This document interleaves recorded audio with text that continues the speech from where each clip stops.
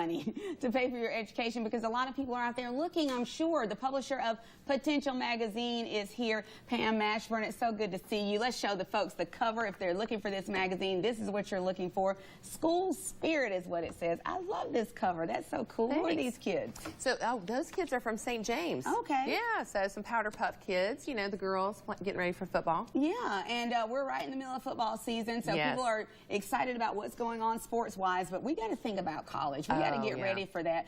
We talk about ACTs and the tests you have to take, but it doesn't really matter if you don't have the money to pay for it. So people, you're talking about a big deficit there with the money that they have and the money they're going to need for college. Well, and you know, I mean, I think the colleges want to keep it kind of on the down low, how much it's going to cost.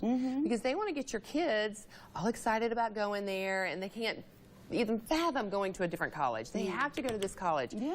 And, you know, we don't tend to shop around for and that. the kids aren't thinking, I'm going to go to the school that is the most economical or the least expensive. They're thinking, I want to go where I want to go. Exactly. Yeah. And so, and they have no concept of that cost. Right. And here's the other unfortunate thing is that in the last, like, I would say in the last 10 years, actually, a lot of the schools, especially if they have good football teams, I'm talking about you, Auburn and Alabama, that they, you know, don't offer those full scholarships, the full rides. They don't pay for the room and board. You know, now you can get full tuition, but that's actually less cost than the room and board. Yeah, that's the good old days. That's the good old days. That's right. The full ride that included all of that. So how are we going to find this money? Where do we start looking? Yeah, so I mean, one of the things that you really need to start looking at is your FAFSA, which is your financial aid.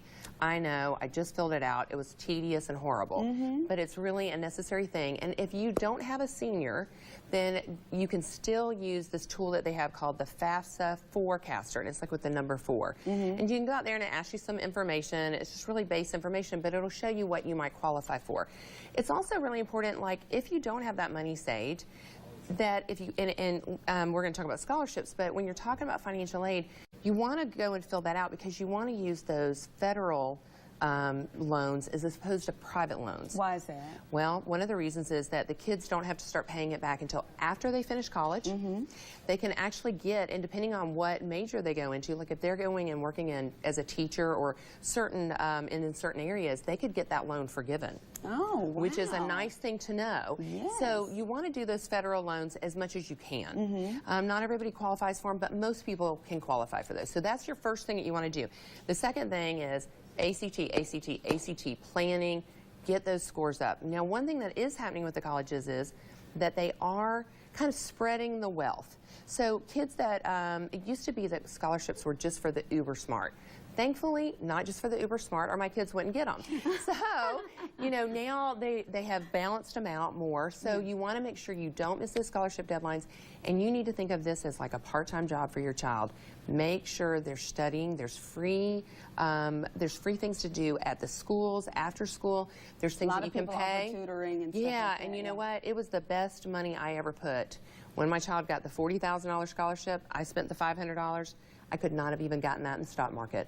So it was the best money I could have ever spent. So you're saying it's an investment if you have an opportunity to get any kind of help with your ACT score. Yes, I mean, because even just the minimal ACT scores are getting $4,000. So you just have to think through what makes sense. And is your child actually going to, I mean, you can pay all the money you want, but if they're not going to work on it, it wouldn't make sense. But if you've got a kid that really wants to go to college and you're trying to find ways to pay for it, that is a great way to do it. The other thing is, I always tell people, block off some time their senior year that part of their job is just applying to scholarships.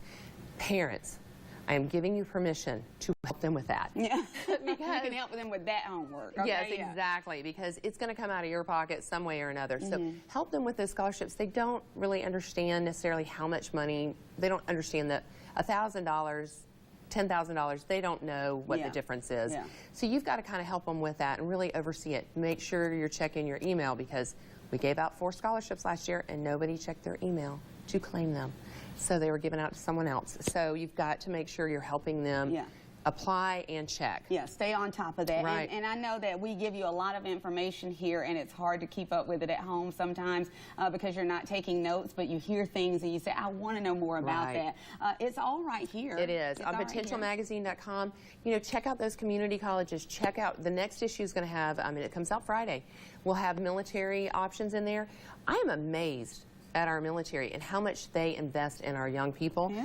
And it's one of the few things that they go to college and you know they're going to have a job. Yeah, one of my best friends did ROTC, JROTC, Yeah. and ROTC, and when she graduated from Troy, she went right into the military, already had a nice rank and a nice paycheck. A nice paycheck, and she didn't have to pay all those college loans off. There you go. So you need to check it out, and a lot of our colleges give extra benefits to those JROTC people. So It's smart. definitely It's smart. a good idea. If you can't find one of these, since the new one's coming out, look for that one. But if you can't find a hard copy, you can find it online, right? Right, potentialmagazine.com, and we have a lot of these worksheets to help you keep up with this in our college organizers. So check with your admission or your counselors at your school, and then also check online and you can get those resources. Yeah, it takes a lot of work and it takes a lot of planning, but you could save yourself a lot of money or find a lot of money in the process. Thank you Yeah, so much for thanks, being here. Tanya. Good information.